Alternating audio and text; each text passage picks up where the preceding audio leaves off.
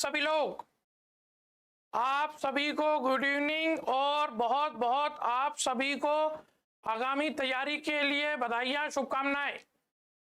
बहुत जल्दी नोटिफिकेशन आने वाला है। लगातार समाचार पत्रों से यह जानकारी प्राप्त हो रही है और अच्छी खासी वैकेंसी एमपीपीएससी लाने वाली है।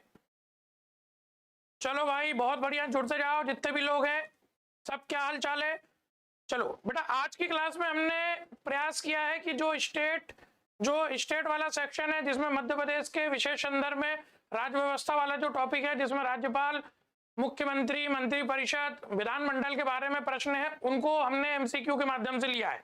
ठीक, तो इसमें हम मूल रूप से संविधान के भाग 6 को देखेंगे, जिसमें राज्यपाल, मुख्यमंत्री और विधानमंडल के प्रश्न पूछे जाते हैं। तो जितने भी बच्चे बेटा जल्दी से जुड़ जाए, ये सेक्शन बहुत महत्वपूर्ण है। कम से कम आप मान के चलो कि इस यूनिट से 2 से 3 प्रश्न आएंगे, मतलब ये वाले सेक्शन से टोटल राज्य व्यवस्था से 10 प्रश्न है और इसमें इस वाले सेक्शन से लगभग 2 से 3 प्रश्न पूछे जाएंगे।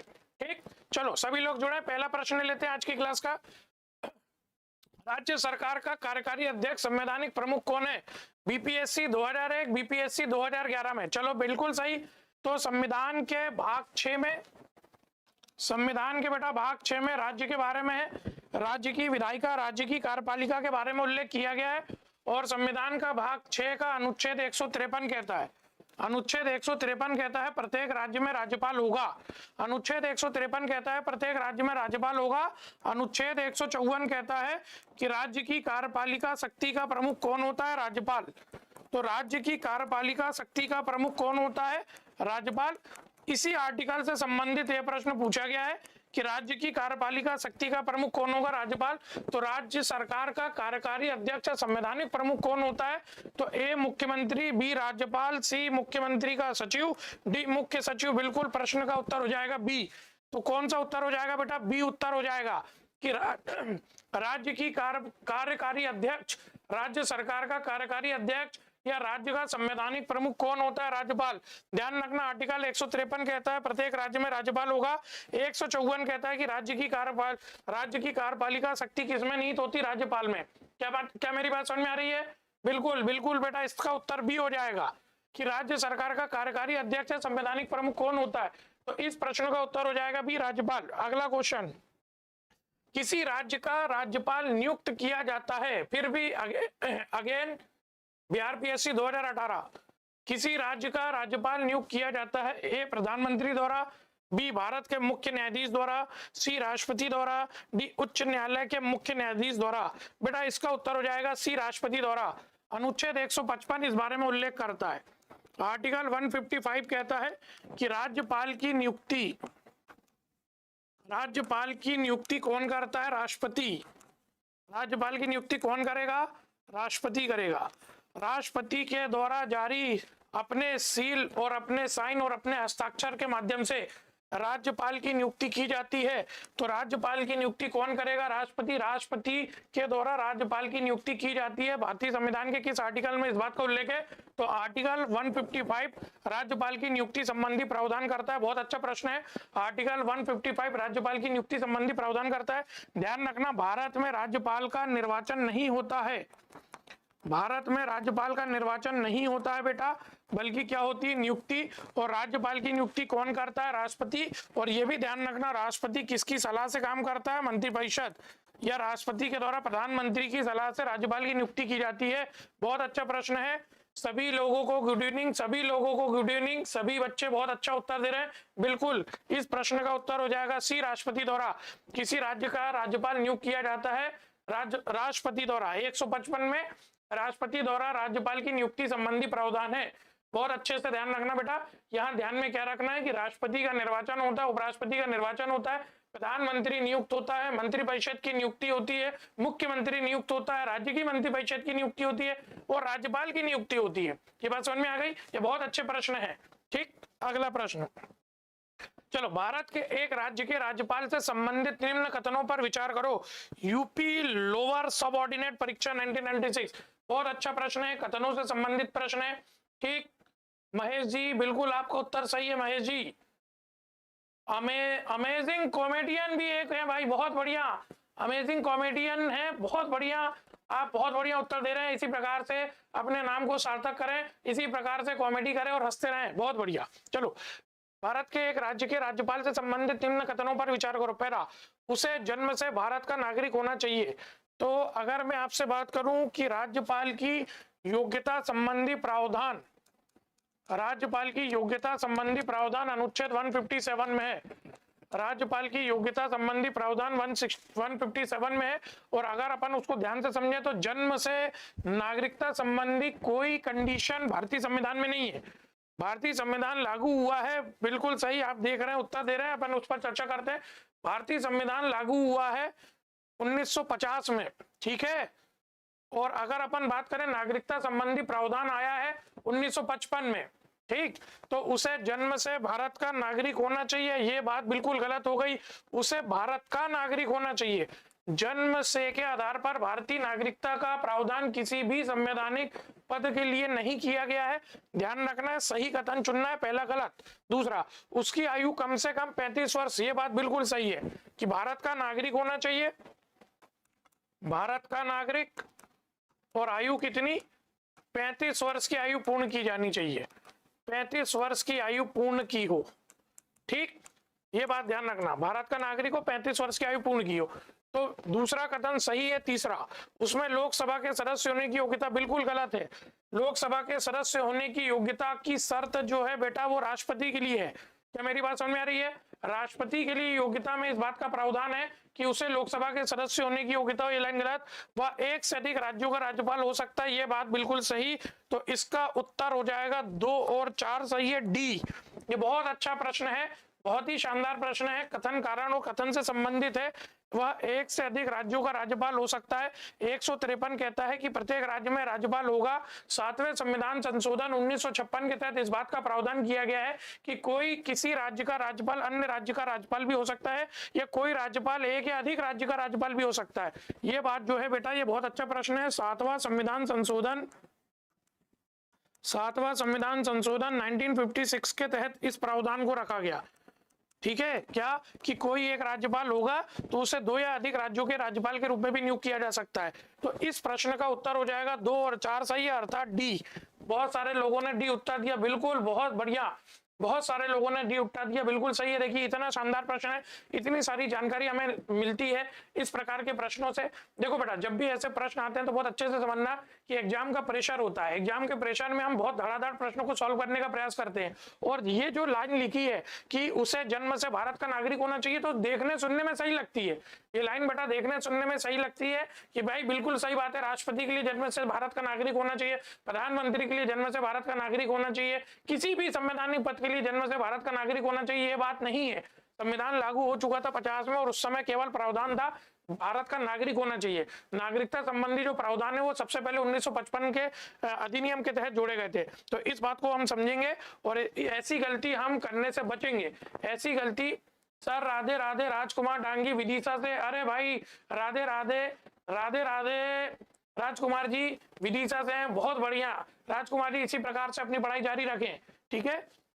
तो ऐसे एग्जाम के प्रेशर से होने वाली गलती से हम कब बच सकते हैं? हम बिल्कुल बच सकते हैं जब हम पहले ही उसकी प्रैक्टिस कर लें, ऐसे प्रश्नों को हम पहले ही सॉल्व कर लें, ठीक। इसलिए एमसीक्यू और पीवाईक्यूज लगाना बहुत जरूरी है। अगला प्रश्न बेटा 3रे नंबर का हो गया, इसका उत्तर हो जाएगा डी। अगला नेक्स्ट क्वेश्चन, निम्न पर विचार कीजिए एवं नीचे दिए गए कूटों का प्रयोग करते हुए सही उत्तर का चयन कीजिए। ये भी समझना है बेटा, यहाँ सही उत्तर पूछा गया है, कौन सा उत्तर सही है, ठीक। चलो अब यहाँ अपन को समझना, राज्यपाल अपना पद ग्रहण करने से पूर्व शपथ लेगा या प्रतिज्ञा लेगा, बिल्कुल सही। राज्यपाल के द्वारा शपथ ली जाती है और राज्यपाल को शपथ दिलाते हैं उच्च न्यायालय के मुख्य न्यायाधीश और उनकी अनुपस्थिति में अन्य कोई वरिष्ठ न्यायाधीश। तो पहला कथन तो बिल्कुल सही है, राज्यपाल की शपथ, आर्टिकल 159 में राज्यपाल की शपथ का उल्लेख है। तो राज्यपाल अपना पद ग्रहण करने से पूर्व शपथ लेगा, प्रतिज्ञान करेगा, बिल्कुल सही। शपथ या प्रतिज्ञान का प्रारूप भारतीय संविधान की 3री अनुसूची में, देखो इस बात को समझना, राज्यपाल शपथ या प्रतिज्ञान का प्रारूप भारतीय संविधान की 3री अनुसूची में है, ये बात थोड़ी सी गलत हो जाएगी। शपथ का उल्लेख 3री अनुसूची में तो है, लेकिन राज्यपाल, राष्ट्रपति और उपराष्ट्रपति की शपथ 3री अनुसूची में नहीं है, ये बात थोड़ी सी ध्यान रखने वाली है बेटा। शपथ या प्रतिज्ञान का प्रारूप भारतीय संविधान की तीसरी अनुसूची में है। ये थोड़ा सा दिक्कत वाला पॉइंट है कि शपथ या प्रतिज्ञान का जो प्रारूप है वो तीसरी अनुसूची में तो है, लेकिन राज्यपाल की शपथ आर्टिकल 159 में है। ठीक, अभी अपन देखते हैं और इस पर आगे चर्चा करते हैं। राज्यपाल को उच्च न्यायालय के मुख्य न्यायमूर्ति या उसकी अनुपस्थिति में ज्येष्ठतम न्यायाधीश के समक्ष शपथ या प्रतिज्ञान कराया जाएगा। बिल्कुल सही, 1-3 तो बिल्कुल सही है। चलो, शपथ या प्रतिज्ञान की प्रक्रिया भारतीय संविधान के अनुच्छेद 159 में दी गई है, तो ये भी सही है, ये बात भी सही है। तो अगर हम बहुत गहराई से बात को समझें, देखो बेटा, ये प्रश्न कहाँ आया है? राजस्थान में आया है। अगर हम इस बात को समझें तो दूसरा कथन कहीं ना कहीं सही प्रतीत हो रहा है। किस आधार पर सही प्रतीत होता है कि शपथ का उल्लेख तो तीसरी अनुसूची में, लेकिन क्योंकि इस प्रश्न में मूल रूप से राज्यपाल के बारे में पूछा गया, तो हमें थोड़ा सा समझना पड़ेगा कि इस प्रश्न का जो उत्तर हो जाएगा बेटा वो 1, 3 और 4 हो जाएगा, अर्थात बी हो जाएगा। दूसरी बात इसलिए सही नहीं है, देखो आपकी बात सही है, महेश पटेल जी कह रहे हैं कि बिल्कुल सही बात है, 1-2 भी सही हो सकता है, लेकिन थोड़ा सा हमें लॉजिक लगाना पड़ेगा कि राज्यपाल, राष्ट्रपति, उपराष्ट्रपति की शपथ का उल्लेख तीसरी अनुसूची में नहीं है। राज्यपाल, राष्ट्रपति, उपराष्ट्रपति की शपथ का उल्लेख बेटा संविधान के आर्टिकल में है। क्या मेरी बात समझ में आ गई? तो इस प्रश्न का उत्तर हो जाएगा बी। जैसे 159 राज्यपाल की शपथ कह रहा है, 60 में राष्ट्रपति की शपथ है, क्लियर है, 69 में उपराष्ट्रपति की शपथ है, तो इस प्रश्न का उत्तर हो जाएगा बी, 1, 3, 4। ठीक है, थोड़ा सा विवादित प्रश्न भी है, इसलिए अपन ने इस प्रश्न को लेने का प्रयास भी किया, तो इस प्रश्न का उत्तर हो जाएगा बी, कि ऐसे प्रश्नों में हमें थोड़ा सा कॉमन सेंस का उपयोग भी करना पड़ता है। ठीक, अगला प्रश्न, नीचे दिए 2 कथनों पर विचार कीजिए, इनमें से एक को अभिकथन तथा दूसरे को कारण मानना है। चलो भाई विचार करते हैं। अभिकथन ये कहाँ आया? यूपीपीसीएस प्री 2024, बहुत अच्छा प्रश्न। भारतीय संविधान के अनुसार एक ही व्यक्ति एक ही समय में 2 अथवा 2 से अधिक राज्यों के राज्यपाल पर कार्य नहीं कर सकता, तो ये बात बिल्कुल गलत है। अभी हमने चर्चा करी बेटा 7वें संविधान संशोधन के तहत इस बात को रखा गया 1956 के तहत कि एक ही राज्यपाल 2 या 2 से अधिक राज्यों के राज्यपाल के रूप में काम कर सकता है, तो ये पहला का जो कथन है वो गलत हो जाएगा। भारतीय संविधान के अनुच्छेद 153 में कहा गया कि प्रत्येक राज्य के लिए एक राज्यपाल होगा, ये बात बिल्कुल सही है। तो अब हमें देखना है कि पहला कथन तो गलत है, तो क्या कोई ऐसा ऑप्शन है जो कह रहा है कि पहला कथन गलत है? तो बी उत्तर हो जाएगा, ए गलत किंतु आर सही। इस प्रश्न का उत्तर बेटा बी हो जाएगा, ए गलत है और आर सही है। क्लियर है?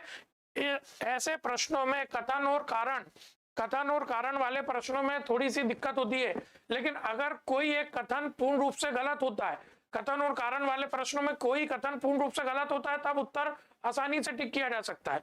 दिक्कत तब होती है जब कथन और कारण दोनों सही होते हैं और वो व्याख्या करता है कि नहीं, इसे समझने में दिक्कत हो जाती है। तो जब भी ऐसे प्रश्न आए तो सबसे पहले तो देखो कि कौन सा कथन गलत अगर कोई हो रहा है, तो फिर आप आसानी से ऐसे प्रश्न का उत्तर कर सकते हो। ठीक, रानी डांगी जी भी बोल रही है अभी, चलिए बहुत बढ़िया रानी जी, आइए, स्वागत है आपका क्लास में। बहुत सारे बच्चों ने उत्तर दिया बी सही हो जाएगा। तो कथन और कारण में मैंने आपसे कहा कि जब भी ऐसा कोई प्रश्न कथन कारण वाला आता है तो बहुत आसान हो जाता है कि अगर उसमें से कोई कथन गलत होता है। ठीक है, तो बी उत्तर हो जाएगा, 5वें प्रश्न का उत्तर बी। नेक्स्ट क्वेश्चन, निम्नलिखित कथनों में से कौन सा एक सही है? यूपीएससी में आया, आईएएस 2013 का प्रश्न है। चलिए अपन चर्चा करते हैं कि कौन सा कथन सही है। एक सही होगा आईएएस प्री 2013, भारत में एक ही व्यक्ति को एक ही समय में 2 या अधिक राज्यों का राज्यपाल नियुक्त नहीं किया जा सकता, ये बात गलत हो गई। ठीक, किया जा सकता है, प्रश्न पूछा एक सही है, तो पहला कथन तो क्या हो गया? गलत। चलो भाई, ईशा शर्मा जी हैं, ईशा शर्मा है, नमस्कार ईशा जी। ठीक है, तो पहला कथन तो गलत हो गया, एक व्यक्ति एक ही समय में 2 या अधिक या एक या अधिक राज्य का राज्यपाल के रूप में नियुक्त किया जा सकता, कार्य कर सकता, पहला कथन गलत। दूसरा, भारत में राज्यों के उच्च न्यायालय के न्यायाधीश राज्य के राज्यपाल द्वारा नियुक्त किए जाते हैं, ठीक वैसे ही जैसे उच्चतम न्यायालय के न्यायाधीश राष्ट्रपति द्वारा नियुक्त किए जाते हैं। बेटा ये भी गलत, ये भी गलत। ठीक। 124 के तहत उच्चतम न्यायालय के न्यायाधीशों की नियुक्ति राष्ट्रपति करता है। 217 के तहत उच्च न्यायालय के न्यायाधीशों की नियुक्ति कौन करता है? राज्यपाल। तो 217 में उच्च न्यायालय के न्यायाधीशों की नियुक्ति के बारे में वर्णन है। उच्च न्यायालय के न्यायाधीशों की नियुक्ति बेटा किसके द्वारा की जाती है? राष्ट्रपति के द्वारा। तो ये कथन गलत हो जाएगा। उच्च न्यायालय के न्यायाधीशों की नियुक्ति भी कौन करता है? राष्ट्रपति। ये बात ध्यान रखना, आर्टिकल 217 में इस बात का उल्लेख है। तो ये कथन देखने सुनने में सही लगता है, ये कथन देखने सुनने में सही लग रहा है कि बिल्कुल सही बात है कि उच्च न्यायालय के न्यायाधीशों की नियुक्ति राष्ट्रपति कर रहा है। ठीक वैसे ही जिस प्रकार से उच्चतम न्यायालय के न्यायाधीशों की नियुक्ति उच्च न्यायालय के न्यायाधीशों की नियुक्ति राज्यपाल करता है, ठीक वैसे ही जैसे कि उच्चतम न्यायालय के न्यायाधीशों की नियुक्ति राष्ट्रपति करता है। बात बिल्कुल गलत है। उच्च न्यायालय के न्यायाधीशों की नियुक्ति भी राष्ट्रपति, उच्च न्यायालय के न्यायाधीशों की नियुक्ति राष्ट्रपति, उच्चतम न्यायालय के न्यायाधीशों की नियुक्ति भी राष्ट्रपति। देखने में लगता है कि ठीक है, जैसे राष्ट्रपति उच्चतम न्यायालय के न्यायाधीशों की नियुक्ति करता है वैसे राज्यपाल उच्च न्यायालय के न्यायाधीशों की नियुक्ति करेगा। नहीं, राज्यपाल के द्वारा जिला न्यायाधीशों की नियुक्ति की जाएगी 233 के अनुसार। ये बात ध्यान रखना कि राज्यपाल के द्वारा जिला न्यायाधीशों की नियुक्ति की जाती है और उसकी नियुक्ति के संबंध में उच्च न्यायालय ने अनुशंसा की हो तो वो बात अलग है। फिलहाल यहाँ देखो तो दूसरा कथन गलत। तीसरा, भारत के संविधान में राज्यपाल को उसके पद से हटाने हेतु कोई भी प्रक्रिया अधिकथित नहीं है। इस पर अभी हम विचार करते हैं। विधायी व्यवस्था वाले संघ राज्य क्षेत्रों में मुख्यमंत्री की नियुक्ति उपराज्यपाल द्वारा बहुमत समर्थन के आधार पर की जाती है। इसका मतलब है ऐसे केंद्र शासित प्रदेश जिसकी अपनी विधानसभा होती है, इसके बारे में उल्लेखित है 239A 239AA में। और अगर इसको ध्यान से समझे तो जब हम 239 पढ़ते हैं तो यहाँ मुख्यमंत्री की नियुक्ति केंद्र शासित प्रदेश में अगर विधानसभा है तो उसके मुख्यमंत्री की नियुक्ति उपराज्यपाल नहीं बल्कि कौन करता है? राष्ट्रपति।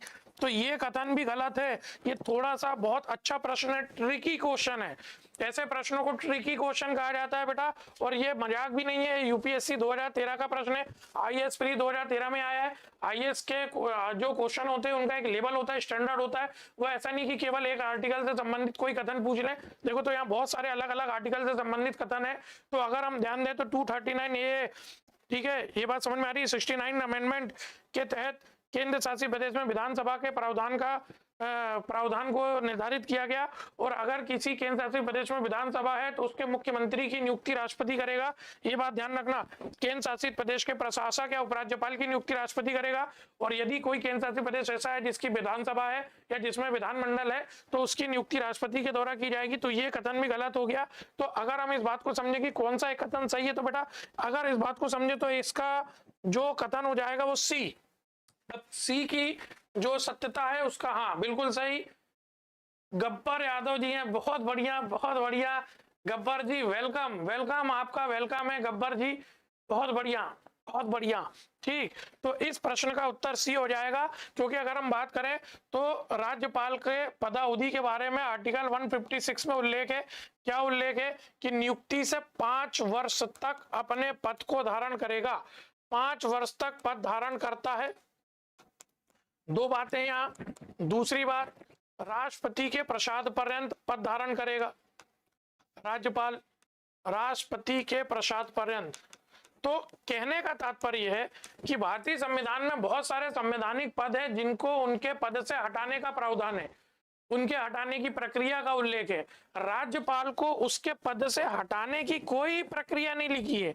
क्या मेरी बात समझ पा रहे हैं? ये बहुत बढ़िया बात है कि राष्ट्रपति को संविधान के उल्लंघन के आधार पर उसके पद से हटाया जा सकता है।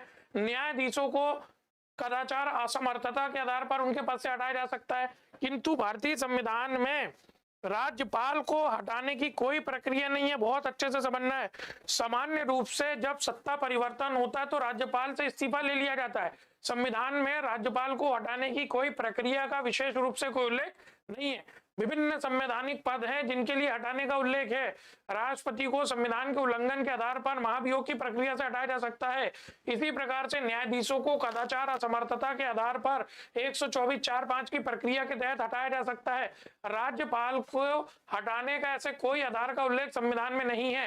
राज्यपाल अपनी नियुक्ति से 5 वर्ष तक अपना पद धारण करता है और राज्यपाल राष्ट्रपति के प्रसाद पर्यंत अपने पद पर काम करता है।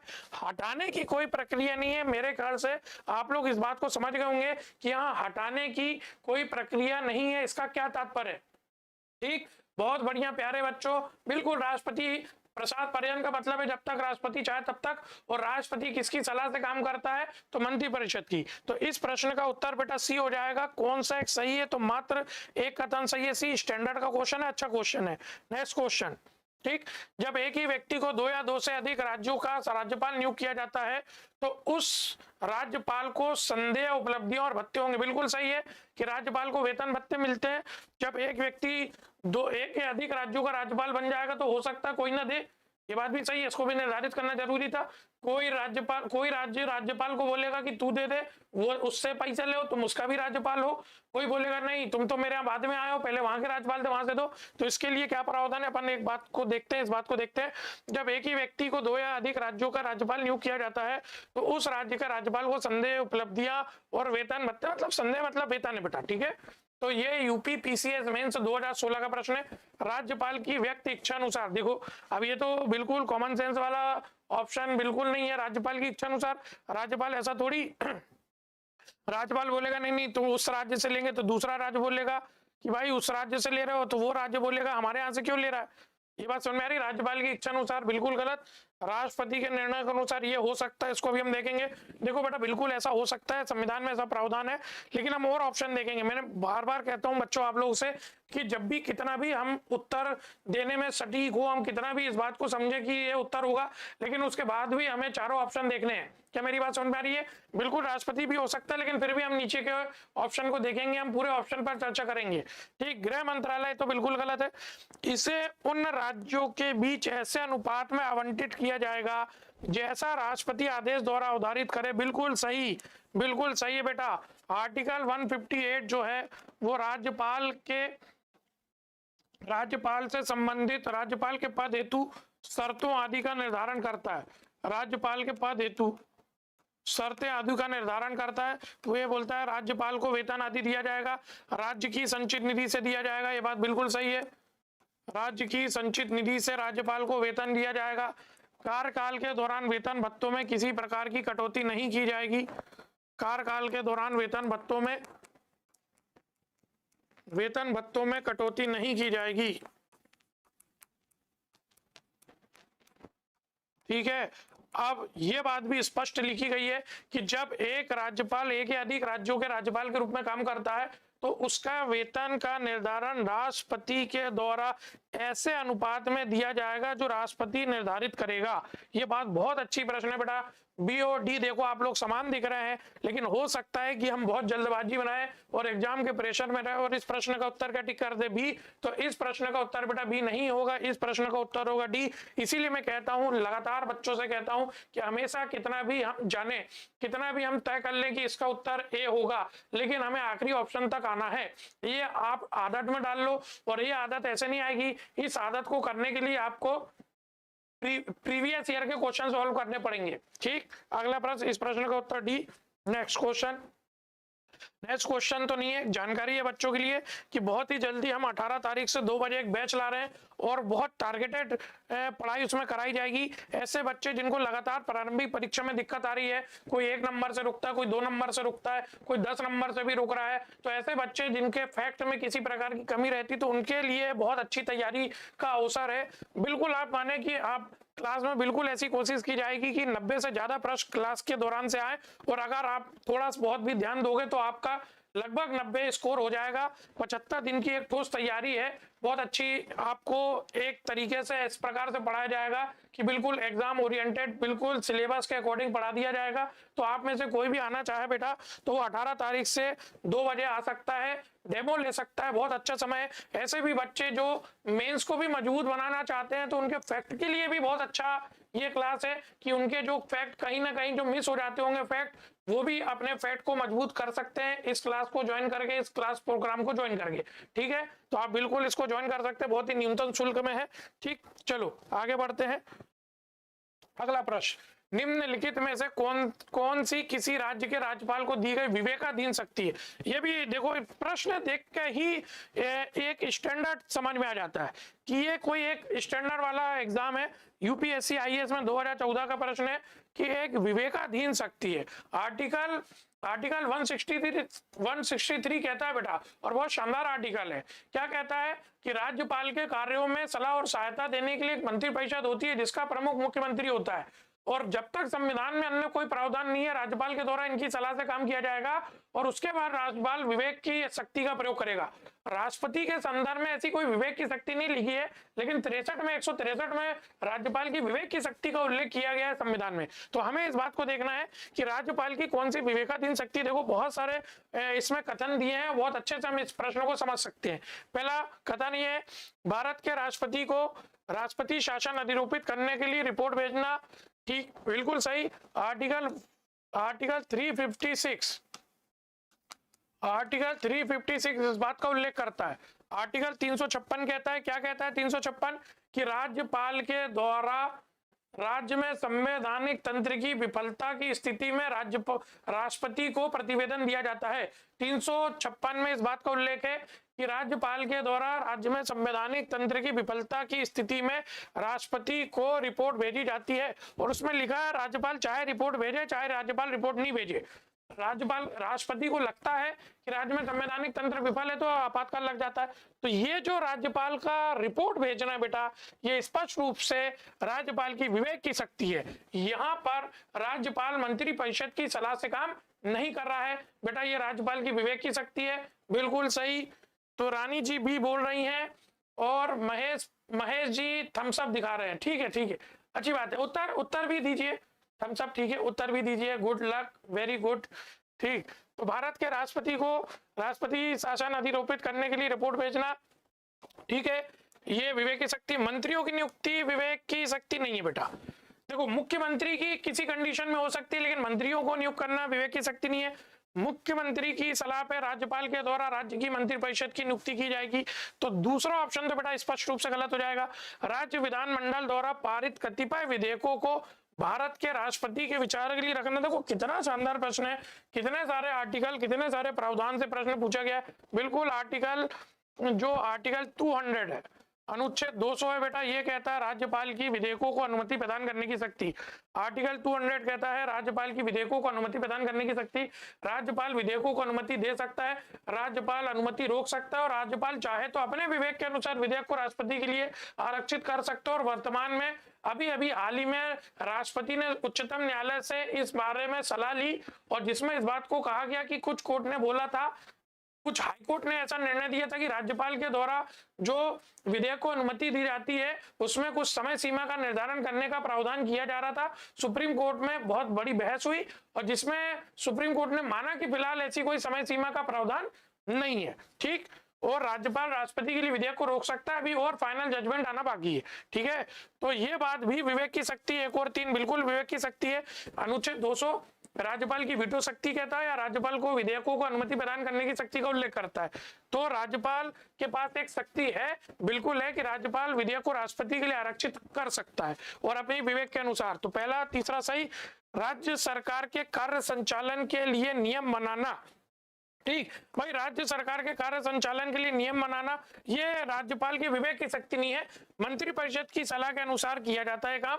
तो ये कथन भी गलत हो जाएगा। बिल्कुल राज्यपाल की विवेक की शक्ति नहीं है कि राज्य सरकार के कार्य संचालन के लिए, नहीं, ये विवेक की शक्ति नहीं है। तो इसका उत्तर होना चाहिए बेटा 1 और 3 और बी हो जाएगा। केवल 1 और 2 नहीं, 1 और 3, 2, 3, 4 भी नहीं, और 1, 2, 3, 4 भी नहीं, बी उत्तर हो जाएगा। बहुत सारे लोगों ने बी उत्तर दिया, बिल्कुल सही। गब्बर जी ने उत्तर भी दिया है। गब्बर जी, स्वागत है आपका, पुनः एक बार अभिनंदन। गब्बर जी के द्वारा बी उत्तर को दिया गया है। बहुत बढ़िया गब्बर यादव जी, बहुत बढ़िया। मतलब बड़ा अच्छा लगता है जब आप लोगों के ऐसे नाम आते हैं, तो बहुत सारी यादें सामने आ जाती हैं। गब्बर जी ने बी उत्तर दे दिया है, ठीक है, बहुत बढ़िया। गब्बर जी, लगता है गब्बर जी ने डकैती करना छोड़ दिया हो, गब्बर जी एमपीपीएससी की तैयारी कर रहे हैं। बहुत बढ़िया गब्बर जी, ठीक है। चलो, तो बी उत्तर हो जाएगा 1 और 3। ठीक, अगला 8वां प्रश्न हो गया। 9वां, कितने समय में, चलो अभी हमने चर्चा कर ली थी, कितने समय में राज्यपाल किसी साधारण बिल को संबंधित राज्य विधानमंडल को पुनर्विचार हेतु लौटा सकता है। देखो जैसे ही विधानमंडल, ऐसा कोई समय सीमा नहीं है, विधानमंडल में विधान सभा होती है और विधान परिषद भी होती है, ठीक है। तो विधानसभा और विधान परिषद द्वारा पारित विधेयक राज्यपाल के पास आता है। अनुच्छेद 200 में राज्यपाल की विधेयक को अनुमति प्रदान करने की शक्ति है। कितने समय के भीतर राज्यपाल विधेयक को अनुमति प्रदान करके देगा, तो ऐसा कोई समय सीमा का उल्लेख नहीं है। तो रानी जी कह रही हैं कि सर मैं आपसे ऑफलाइन क्लास में पढ़ी हूँ, जॉब भी कर रही हूँ, बस नॉलेज रखने के लिए आपकी क्लास लेती हूँ। अरे वाह भाई रानी जी, बहुत बढ़िया, आप बिल्कुल बिल्कुल आपने पढ़ा है पहले भी, बहुत बढ़िया। सिद्धि जैन जी भी आई हैं, बोली जय हिंद सिद्धि जी। तो रानी डांगी जी कह रही हैं कि मैं आपसे ऑफलाइन में पढ़ी हूँ, नॉलेज रखने मतलब आप जॉब में भी हैं और उसके बाद भी नॉलेज के लिए भी पढ़ रही है, ये भी बहुत अच्छी बात है। ज्ञान की कोई सीमा नहीं है, बिल्कुल रानी जी पढ़ सकती हैं, बहुत बढ़िया, ठीक। तो सिद्धि जी भी आ गई हैं और गब्बर जी ने पुनः अपना उत्तर दिया है सी। तो बिल्कुल गब्बर जी ये बात सही है, ए 3 महीना, बी 1 महीना, सी कोई समय सीमा नहीं, डी 2 महीना। तो अमेजिंग कॉमेडियन की तरफ से भी उत्तर आ चुका है, कोई समय सीमा नहीं, बिल्कुल सही बात है। और इसी बात को लेकर भी सुप्रीम कोर्ट में भी ये चर्चा आई थी। तमिलनाडु, केरल, कई राज्यों ने सुप्रीम कोर्ट में इस बारे में एक याचिका दाखिल की, क्योंकि उनको ये लगता है कि राजनीतिक विद्वेष के कारण राज्यपाल विधेयक को राष्ट्रपति को भी भेज रहा है और राज्यपाल अनुमति नहीं दे रहा है। तो अगर हम संविधान की बात करें तो राज्यपाल की विधेयक को अनुमति प्रदान करने की शक्ति अनुच्छेद 200 में है। अब कितने समय के भीतर विधानमंडल के द्वारा पारित विधेयक को राज्यपाल अनुमति देगा, ऐसा कोई संविधान में समय सीमा का प्रावधान नहीं है, ठीक। बहुत बढ़िया, बहुत बढ़िया, ठीक है। तो सी उत्तर हो जाएगा। आगे बढ़ेंगे। राज्य में दूसरे सदन की स्थापना या उसे रद्द करने से संबंधित कौन सी विधि, देखो ये भी दमदार प्रश्न लग रहा है, झारखंड में है। जय जोहार, झारखंड पीएससी 2003, बिल्कुल सही, प्रश्न में दम है। राज्य में दूसरे सदन की स्थापना या उसे रद्द करने, दूसरा सदन, ठीक, दूसरा सदन मतलब बेटा विधान परिषद ही होगा, क्योंकि विधानमंडल होगा जहां पर राज्यपाल, विधान परिषद और विधानसभा होती है। विधानसभा हर राज्य में होती है, विधान परिषद डिपेंड करता है राज्य ने बनाई है कि नहीं। तो दूसरे सदन का मतलब यहाँ विधान परिषद की बात हो रही है। तो कौन स्थापना या उसे रद्द करना, अर्थात अगर इस बात को मैं समझू तो आर्टिकल 169 है। आर्टिकल 169 कहता है विधान परिषद का उत्साधन या सृजन, आर्टिकल 169 कहता है विधान परिषद का उत्साधन है सृजन। तो अरे गब्बर जी बोल रहे हैं कि मेरा नाम भारती यादव है, मेरे पति का नाम गब्बर। अरे अरे अरे भाई, तो आप मेरे से तो गलती हो सकती है ना। तो आपके पति जी का स्वागत है, गब्बर जी का। ये कह रही हैं भारती जी ने बताया कि मेरा नाम भारती यादव है, मेरे पति का नाम गब्बर जी है। ठीक है भाई, गब्बर जी के परिवार से आप रिलेटेड तो हैं ही। बहुत बढ़िया, स्वागत है आपका भारती जी, आपका भी स्वागत है और आपके पति श्रीमान गब्बर जी का भी स्वागत है, ठीक है। चलो, तो राज्य में दूसरे सदन की स्थापना या उसे रद्द करने संबंधित कौन सी विधि सही नहीं है, कौन सी विधि सही नहीं है, ठीक, सही नहीं है या सही है, चलो देख लेते हैं। लोकसभा द्वारा साधारण बहुमत से पारित प्रस्ताव बिल्कुल सही नहीं है, गलत है। संबंधित राज्य की विधानसभा द्वारा साधारण बहुमत से, ये भी गलत है। क्यों गलत है अभी मैं चर्चा कर लूंगा, 3 गलत होंगे तो 1 चौथा सही हो जाएगा। संबंधित राज्य की विधानसभा द्वारा पूर्ण बहुमत से पारित प्रस्ताव संसद से पारित यदि ये सही हो सकता है। चौथे ऑप्शन को देख लें, लोकसभा द्वारा पूर्ण बहुमत, बेटा ये ए बी और डी गलत हो जाएगा। इस प्रश्न का उत्तर सी हो जाएगा। हालांकि इस प्रश्न में कुछ गलतियां हैं जिसकी बात अभी मैं करता हूं, ठीक। चलिए, भारती जी स्वागत है आपका, बिल्कुल भारती जी स्वागत है, बहुत बहुत स्वागत, वेलकम, ठीक है। तो इस प्रश्न का उत्तर बेटा सी इस आधार पर हो जाएगा जिस बात को अपन समझने का प्रयास कर रहे हैं। आर्टिकल 169 कहता है विधान परिषद का उत्साधन है सदन, और आर्टिकल 169 में लिखा है संबंधित राज्य की विधानसभा, ठीक है, संबंधित राज्य की विधानसभा द्वारा विशेष बहुमत से इस संबंध में प्रस्ताव पारित किया जाएगा। कि विधान परिषद बनाना है कि नहीं। आर्टिकल 169 कहता है विधान परिषद की उत्साधन है सृजन, विधान परिषद को नहीं है तो बनाना है और है तो हटाना है। ठीक है, तो राज्य की विधान संबंधित राज्य की विधानसभा द्वारा विशेष बहुमत से इस संबंध में प्रस्ताव पारित किया जाएगा, जिसका अनुमोदन संसद के द्वारा किया जाएगा और संसद के द्वारा अनुमोदन साधारण बहुमत से किया जाएगा। ये एग्जैक्ट प्रावधान है। अब अगर हम इससे मिलता जुलता ऑप्शन देखें तो बेटा ए और बी और डी गलत हो रहा है, इसलिए उत्तर हो जाएगा सी। ठीक है, तो भारती जी ने भी सी उत्तर दिया है, बिल्कुल सही बात है। और अमेजिंग कॉमेडियन जी ने भी सी उत्तर दिया है, बहुत बढ़िया। अमेजिंग कॉमेडियन जी, आप भी कभी अपनी कॉमेडी से हमें रूबरू कराइए। किसी भी प्रकार से कॉमेडी करना एक बहुत अच्छी बात है, लोगों को हंसाना बहुत अच्छी बात है। राजकुमार जी ने भी, राजेश जी ने भी सी उत्तर दिया, बिल्कुल सही। बेटा आप जितने भी लोग लाइव हैं सब उत्तर देने का प्रयास करें, इसमें तो भाई कोई दिक्कत है नहीं। आप लोगों के नाम का भी उच्चारण किया जाएगा और बहुत बढ़िया संवाद बना रहेगा। उत्तर दें, कोई गलती होगी तो उसको अपन सुधारने का प्रयास करेंगे। तो इस प्रश्न का उत्तर हो जाएगा सी। किस आधार पर इस प्रश्न का उत्तर हो जाएगा? देखो यहाँ पूर्ण बहुमत लिखा है, ये सही नहीं है। विशेष राज्य की विधानसभा द्वारा विशेष बहुमत से, लेकिन हम मान के चलते हैं कि दिए गए ऑप्शन में हमारा उत्तर सी ज्यादा बेहतर है। अब वो बात की बात होती है कि आयोग क्या निर्णय लेता है, इसलिए मैंने आपसे कहा कि कभी ऐसे प्रश्नों में हम जो एकदम एग्जैक्ट जो सही उत्तर के करीबी होता है उसको टिक करते हैं। ठीक है, तो इस प्रश्न का उत्तर हो जाएगा सी। किस आधार पर होगा कि विधान परिषद का उत्साधन है सृजन, संबंधित राज्य की विधानसभा के विशेष बहुमत, जिसका अनुमोदन कौन करेगी? संसद। संसद के द्वारा किस प्रकार से अनुमोदन दिया जाएगा? साधारण बहुमत से। ठीक है बेटा, अगला क्वेश्चन, भारत के एक राज्य में विधान परिषद के गठन के संदर्भ में निम्न में से कौन से कथन सही हैं? ठीक, चलो बात करते हैं। एक विधान परिषद में उस राज्य की विधानसभा की कुल संख्या के 1/3 सदस्य से अधिक नहीं हो सकते। बात बिल्कुल सही। किस आधार पर यह बात कही जा रही है? सही, इस पर अभी हम बात करेंगे। दूसरा, एक राज्य की विधान परिषद में कम से कम 40 सदस्य अवश्य होने चाहिए। यूपी पीसीएस बेटा 2023, बहुत शानदार प्रश्न है, बहुत शानदार प्रश्न है। इस बात को अगर मैं आपसे कहूं तो ए भी सही, दो भी सही, और चारों ऑप्शन की बात करेंगे तो ए दोनों एक तथा दो, बी केवल एक, सी केवल दो, ना तो एक ना तो दो, तो इसका उत्तर हो जाएगा ए। ठीक बेटा, अगर इसको थोड़ा सा अपन ध्यान दें, थोड़ा सा आप इसको समझने का प्रयास करो। ये वो सेक्शन है जो हम इसे रोजाना हम पढ़ाई में शामिल नहीं कर पाते, इसलिए थोड़ा सा महत्वपूर्ण सेक्शन है। अगर हम बात को समझें तो आर्टिकल 168 कहता है, आर्टिकल 168 कहता है विधानमंडल प्रत्येक राज्य में क्या होगा? विधानमंडल। ठीक, अब प्रत्येक राज्य में विधानमंडल होगा। विधानमंडल के 3 अंग, राज्यपाल, विधान परिषद। इसको बेटा थोड़ा सा समझने की प्रयास करना, ये एक पूरी एक क्लास लगती है, इसको अपन 1 से 2 मिनट में समझने का प्रयास करेंगे। और विधानसभा, ठीक, 169 कहता है कि विधान परिषद का उत्साधन है सृजन, 170 कहता है विधानसभा की संरचना, 171 कहता है विधान परिषद की संरचना। अब विधान परिषद की संरचना में लिखा है कि विधान परिषद के अधिकतम सदस्य विधानसभा की सीटों के 1/3 होंगे। अधिकतम विधान परिषद, बिल्कुल सही, बिल्कुल सही। विधानसभा में कम से कम 60, बिल्कुल सही। तो विधान परिषद की अधिकतम सीटों की संख्या संबंधित राज्य की विधानसभा की 1/3 होगी, 1/3 से अधिक नहीं होगी। हाँ, कई बार बच्चे बेटा सबसे पहले तो इस बात को समझो, विधानमंडल अलग है, विधान परिषद अलग है, विधानसभा अलग है।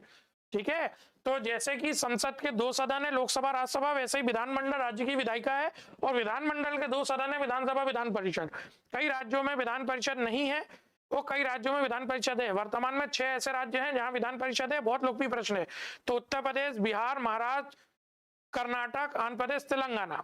ठीक है, उत्तर प्रदेश, बिहार, महाराष्ट्र, कर्नाटक, आंध्र प्रदेश, तेलंगाना वो राज्य हैं जहां विधान परिषद है। तो विधान परिषद की अधिकतम संख्या, विधान परिषद की अधिकतम संख्या संबंधित राज्य की विधानसभा की 1/3 और न्यूनतम 40। इसी प्रकार से विधानसभा की संरचना प्रत्येक राज्य की जनसंख्या के आधार पर विधानसभा क्षेत्रों में बांटा जाएगा और विधानसभा की सीटें जनसंख्या पर निर्भर करेंगी, किंतु अधिक से अधिक 500 और न्यूनतम 60। लेकिन कुछ राज्य हैं जहां विधानसभा की सीटों की संख्या कम है, जैसे गोवा की 40 है, सिक्किम सिक्किम की 32 है। अब ये संबंधित राज्य के लिए विशेष प्रावधान के तहत ऐसा निर्धारित किया जा सकता है।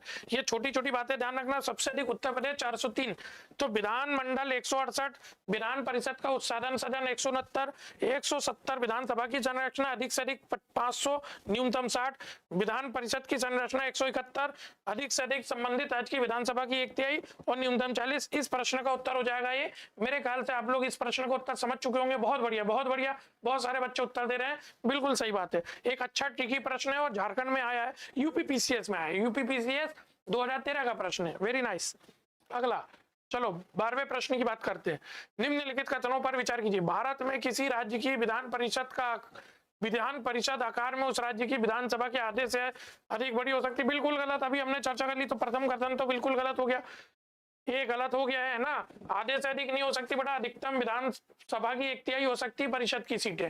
ठीक। अगला, किसी राज्य का राज्यपाल उस राज्य के विधान परिषद के सभापति को नाम निर्देशित करता है। बिल्कुल गलत बेटा, राज्य का राज्यपाल उस राज्य की विधान परिषद नहीं, विधान परिषद के सभापति को अनुच्छेद 182 के तहत विधान परिषद के सदस्यों के द्वारा अपने में से एक को सभापति और एक को उपसभापति के रूप में चयनित किया जाता है। तो राज्यपाल मनोनीत नहीं करता है। तो ये बेटा 1 और 2, एक केवल 2, 1 2 दोनों, ना तो 1 ना तो 2, डी ऑप्शन हो जाएगा बेटा। अच्छा ट्रिकी क्वेश्चन है।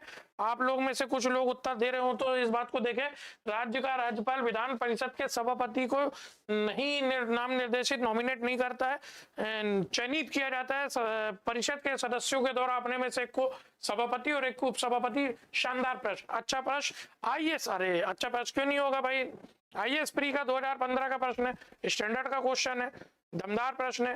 ठीक है, ठीक है बेटा, डी ऑप्शन सही है। आप लोग के राजेश जी की अनुमति मिले तो आगे बढ़े। डी बिल्कुल सही। राजेश जी, गब्बा जी की तरफ से भी उत्तर आ गया है, महेश जी की तरफ से भी उत्तर आ गया है, रानी जी की तरफ से भी उत्तर आ गया है, सबकी तरफ से डी आ गया, बिल्कुल सही। अब आप लोग मेरे ख्याल से थोड़ा सहमत हो गए होंगे। प्रश्न ट्रिकी है, अच्छा प्रश्न है, शानदार प्रश्न है। ठीक, नेक्स्ट क्वेश्चन। निम्नलिखित में से किसे भंग नहीं किया जा सकता पर समाप्त किया जा सकता? यूपीपीसीएस में 2007, यूपीपीसीएस प्री 2018। चलो, लोकसभा को भंग किया जा सकता है प्रत्येक 5 वर्ष की स्थिति पर। राष्ट्रपति द्वारा लोकसभा को क्या किया जाएगा? भंग। ठीक, राज्यसभा को भंग नहीं किया जा सकता। अभी देखते हैं, विधानसभा को भंग नहीं किया जा सकता पर समाप्त किया जा सकता है। राज्यसभा को भंग नहीं किया जा सकता, ठीक है, और समाप्त किया। विधानसभा को भंग किया जा सकता है 5 वर्ष की अवधि होने पर। विधानसभा को राज्यपाल क्या करेगा? भंग। राज्यपाल के द्वारा 5 वर्ष की अवधि होने पर विधानसभा को भंग। विधान परिषद, बेटा ये उत्तर सही हो जाएगा, डी। चलो देखते हैं कितने लोगों ने बोला। रानी जी ने उत्तर दिया, महेश जी ने उत्तर दिया। नहीं बेटा, अमेजिंग कॉमेडियन जी की तरफ से राज्यसभा, बेटा नहीं, राज्यसभा को भंग, एक मिनट फिर से पढ़ लूं मैं, हो सकता है मैं नहीं गलत पढ़ा, भंग नहीं किया जा सकता, समाप्त। बेटा इसका उत्तर डी हो जाएगा, भंग नहीं किया जा सकता, लेकिन राज्यसभा को समाप्त भी तो नहीं किया जा सकता। सही है ना। विधान परिषद का तो सदन भी किया जा सकता है, विधान परिषद का सदन भी किया जा सकता है, तो विधान परिषद को बनाया भी जा सकता है, विधान परिषद को हटाया भी जा सकता है, विधान परिषद का गठन भी हो सकता है, विधान परिषद को समाप्त भी किया जा सकता है। तो और विधान परिषद भंग नहीं होती है। विधान परिषद राज्यसभा के जैसे क्या है? स्थायी सदन है। क्या मेरी बात समझ में आ गई? विधान परिषद राज्यसभा के जैसे स्थायी सदन है। 172 में इसकी अवधि का उल्लेख है, विधानमंडल की अवधि। तो विधान परिषद के 1/3 सदस्यों को प्रत्येक 2 वर्ष में अवकाश ग्रहण कराया जाता है। तो विधान परिषद बेटा कैसी है? स्थायी सदन। विधान परिषद को कभी भी भंग नहीं किया जा सकता। ठीक, हाँ, विधान परिषद को 169 की प्रक्रिया से समाप्त किया जा सकता है। ठीक है, वाह वाह, बहुत बढ़िया, रानी जी ने उत्तर दिया, बिल्कुल सही बात है, स्पष्ट है व्याख्या। तो इस प्रश्न का उत्तर देखो, भंग नहीं किया जा सकता वो तो राज्यसभा है, लेकिन समाप्त किया जा सकता है तो राज्यसभा को समाप्त नहीं किया जा सकता है। 169 की प्रक्रिया के तहत परिषद को समाप्त किया जा सकता है। सही है, तो इस प्रश्न का उत्तर हो जाएगा डी। भाई आप लोग अनुमति दे तो आगे बढ़े। क्या आप लोग सहमत हैं कि डी होगा? जल्दी जल्दी कमेंट करें, सहमत हैं? उत्तर डी होगा। आपके भी अपने विचार हो सकते हैं, आपकी भी अपनी जानकारी हो सकती है, और वो जानकारी सही भी हो सकती है, बिल्कुल। तो आप लोग की अनुमति मिले तो आगे बढ़े। समझ गए हैं कि भंग अलग कंडीशन है, समाप्त करना अलग कंडीशन है। विधान परिषद को भंग नहीं किया जा सकता, किंतु विधान परिषद को समाप्त किया जा सकता है। चलिए, बहुत बढ़िया बहुत बढ़िया। अगला प्रश्न, चलो, भारतीय अनुमति मिल गई है भाई, सबकी अनुमति मिल गई है। चलो, भारतीय संविधान के अनुच्छेद 170 के अनुसार किसी राज्य की विधानसभा के सदस्यों की न्यूनतम तथा अधिकतम संख्या, बहुत बढ़िया, न्यूनतम तथा अधिकतम अभी हमने चर्चा करी, 40, 400 नहीं, 50, 450 नहीं, 50, 500 नहीं, 60 और 500। ये प्रश्न देखो कितना बढ़िया, न्यूनतम तथा अधिकतम। अगर ये उल्टा कर देता तो ये ऑप्शन बदल जाते। तो ऐसे भी बातों को ध्यान रखना। इस प्रश्न का उत्तर हो जाएगा डी, 60 तथा 500। किसी राज्य की विधानसभा के अधिकतम सदस्यों की संख्या 500, न्यूनतम 60। वर्तमान में 403 उत्तर प्रदेश। बिल्कुल सही, बिल्कुल सही, इजी क्वेश्चन है। यूपी आरओ का प्रश्न है, आरओ का प्रश्न है, प्री 2017 का। अच्छा प्रश्न है, सही प्रश्न है। आगे बढ़ते हैं। राज्य की विधानसभा के निर्वाचन का संचालन करता है यूपीपीसीए 2008। उच्च न्यायालय के मुख्य न्यायाधीश गलत, विधानसभा के निर्वाचन ठीक है। राज्य निर्वाचन आयोग गलत, भारत का निर्वाचन आयोग सही, राज्य के राज्यपाल गलत। देखो बेटा, बहुत अच्छा प्रश्न है। क्या होता है, जब भी ऐसा कोई प्रश्न आता है तो हमारे मन में आता है राज्य का निर्वाचन आयोग, ठीक। और अगर मैं आपसे कहूं क्या राज्य का निर्वाचन आयोग है, तो राज्य का निर्वाचन आयोग का प्रावधान 243 के में है। समझ पा रहे हैं, 243 के राज्य के निर्वाचन आयोग का प्रावधान करता है। लेकिन अगर हम बात करें आर्टिकल, संविधान के आर्टिकल 324 की बात करें तो भारत का एक निर्वाचन आयोग होगा। अच्छा प्रश्न है, निर्वाचन आयोग किस आर्टिकल में है, तो भारत का निर्वाचन आयोग 324 में। उस निर्वाचन आयोग के द्वारा राष्ट्रपति लिखा है बेटा 324 में, उपराष्ट्रपति, वाइस प्रेसिडेंट, राष्ट्रपति, उपराष्ट्रपति, संसद और विधानमंडल का निर्वाचन कराया जाएगा। तो ये ध्यान रखना, विधानमंडल का चुनाव भी भारत का निर्वाचन आयोग कराता है। बहुत अच्छा प्रश्न है, बिल्कुल सही। रानी डांगी जी कह रही हैं पंचायत, बिल्कुल सही। अमेजिंग कॉमेडियन जी कह रहे हैं बिल्कुल सही, 324। तो भारत का निर्वाचन आयोग आर्टिकल 324 में है। तो राष्ट्रपति, उपराष्ट्रपति, संसद और विधानमंडल के चुनाव के कराने की जिम्मेदारी भारत के निर्वाचन आयोग की है। ठीक है प्यारे बच्चों, आप इन सभी बातों को बहुत अच्छे से समझ रहे होंगे, ठीक। तो भारत का निर्वाचन आयोग 324 और राष्ट्रपति, उपराष्ट्रपति लिखा है बेटा, 324 में लिखा है, ठीक। 325 में लिखा है कि धर्म, मूल वंश, लिंग, जाति, जन्मस्थान के आधार पर किसी को वोट देने से वंचित नहीं किया जाएगा। 326 में इस बात का उल्लेख है, सार्वभौमिक वयस्क मताधिकार का प्रावधान है, ठीक है। बिल्कुल, ज्ञानेश कुमार चुनाव आयुक्त हैं, बिल्कुल सही है। महेश जी बिल्कुल सही जानकारी दे रहे हैं आप, ठीक। और वर्तमान में तो बहुत चर्चा में भी है चुनाव आयोग, ठीक है। तो 16वें प्रश्न का उत्तर सी। अगला प्रश्न, चलो, एमपी प्रो मैक्स। देखो बेटा, एमपी के किसी भी एग्जाम को आप देते हो, एमपी का कोई भी एग्जाम हो, चाहे व्यापम का हो, चाहे जुडिशरी का हो, चाहे पीएससी का हो, एमपी के प्रश्नों की संख्या सर्वाधिक आती है। और कर्मा आईएएस में जो टीचर हैं एमपी के, वो पूरे प्रदेश के किंग हैं, अवनीश सर। एमपी के टीचर जो एमपी के किंग नाम से जाने जाते हैं, मध्य प्रदेश के जीके और जनरल स्टडी के टीचर हैं अपने अवनीश सर। इनका एक कोर्स भी अवेलेबल है, प्रो मैक्स बैच, बहुत ही न्यूनतम राशि में अवेलेबल है। और उसके साथ इस बैच के साथ फ्री एमसीक्यू बैच भी मिल रहा है राममान, जिसमें वो एमसीक्यू कराते हैं। तो मात्र 499 में बड़ा, ऐसे बच्चे जो लगातार एमपी के प्रश्न सॉल्व करने में जिनको दिक्कत आती है, तो उनको एमपी का एक पूरा बैच भी मिल रहा है। डेली लाइव क्लास चलती है, डेली बहुत बड़ी संख्या में बच्चे इस कोर्स को परचेज कर रहे हैं। आप में से ऐसा कोई भी बच्चा जो कोर्स को परचेज करना चाहे कर सकता है। और इसी कोर्स के साथ साथ रामबाण जो एमसीक्यू है मध्य प्रदेश का, वो बैच भी फ्री है। तो एक बैच खरीदने से एक एमसीक्यू का बैच फ्री मिल रहा है। ये बात इसलिए जरूरी है कि लगातार एमपी के प्रश्नों की संख्या हर एग्जाम में बढ़ रही है। तो इसके लिए एक अलग से एमपी प्रो मैक्स बैच है। आप विद्यार्थी चाहें तो एमपी के किंग अवनीश सर से इस बैच को रोजाना लाइव पढ़ सकते हैं और बैच को परचेज कर सकते हैं, ठीक। अगला प्रश्न, निम्नलिखित में से कौन एक राज्य के विधानमंडल के किसी सदस्य के निर्हरता, वाह वाह वाह का क्या प्रश्न है, विधानमंडल की निर्हरता से संबंधित किसी प्रश्न का विनिश्चय करने हेतु अंतिम सत्ता है। शानदार प्रश्न, यूपीपीसीएस मेंस 2016। अच्छा प्रश्न है, ठीक है। ए राज्यपाल, बी विधानसभा का अध्यक्ष, सी मुख्यमंत्री, डी उच्चतम उच्च न्यायालय। उच्च न्यायालय बेटा इसका उत्तर हो जाएगा ए। अब किस आधार पर हम कह रहे हैं, तो बेटा भारतीय संविधान का अनुच्छेद 191 और अनुच्छेद 192 इस बारे में उल्लेख करता है। 191 क्या कहता है कि विधान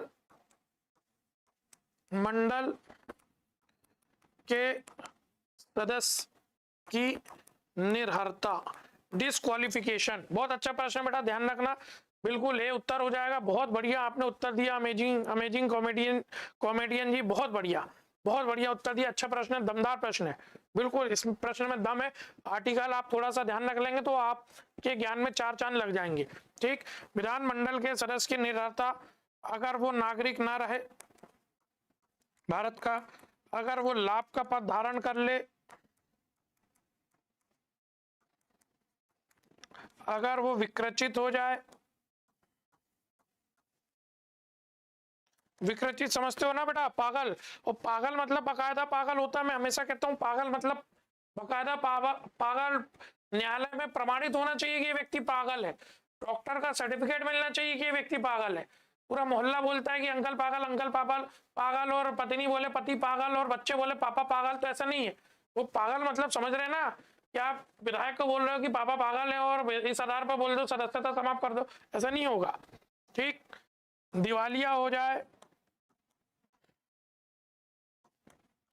या संसद द्वारा अन्य निर्भरता से ग्रसित हो जाए, संसद निर्धारित करेगी अन्य निर्भरता, तो इस आधार पर निर्णय बेटा राज्यपाल लेता है।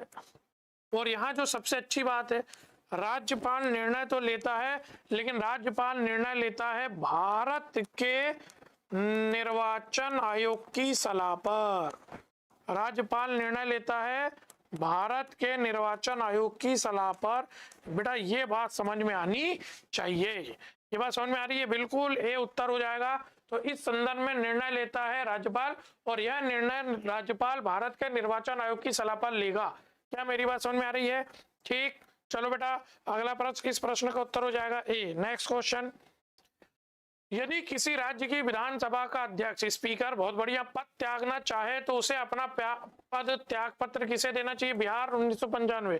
देखो मुख्यमंत्री गलत, राज्यपाल गलत, उपाध्यक्ष को सही, भारत के राष्ट्रपति को गलत। देखो अध्यक्ष एवं उपाध्यक्ष, विधान सभा के अध्यक्ष और उपाध्यक्ष का उल्लेख आर्टिकल 178 में है। विधानसभा के सदस्यों के द्वारा अपने में से एक को अध्यक्ष और एक को उपाध्यक्ष चुना जाता है, और अध्यक्ष के द्वारा अपना इस्तीफा किसे दिया जाता है? उपाध्यक्ष को।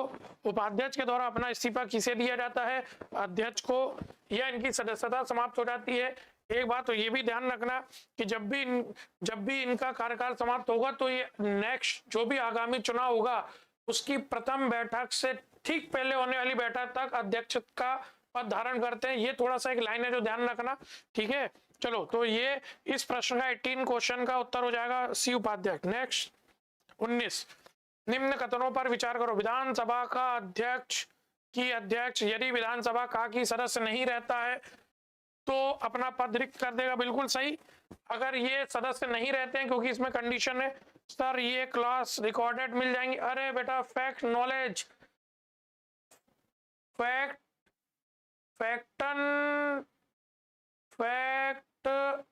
जो भी नाम है भाई, बड़ा बड़ा जटिल नाम है, इसके लिए इस नाम को पढ़ने के लिए तो शशि थरूर को बुलाना पड़ेगा। इतनी बड़ी इंग्लिश का नाम लिखा है, कम से कम 25-30 वर्ड में नाम है, शशि थरूर ही इसका सही उच्चारण कर पाएंगे। सर ये क्लास रिकॉर्डेड बिल्कुल यूट्यूब में मिल जाएगी बेटा, ये तो यूट्यूब लाइव है, यही क्लास है सभी, बस यूट्यूब में अवेलेबल रहेगी ये क्लास, ठीक है। बड़ा शानदार आपका नाम है, ठीक, तो आपको यूट्यूब में मिल जाएगी ये क्लास, ठीक है। तो रिकॉर्ड में रहेगी, हटाई नहीं जाएगी, ठीक है। तो विधानसभा के अध्यक्ष यदि विधानसभा के सदस्य नहीं रहते हैं तो अपना पद रिक्त कर देंगे, बिल्कुल सही, बिल्कुल सही बात है, बिल्कुल सही बात है, ठीक है।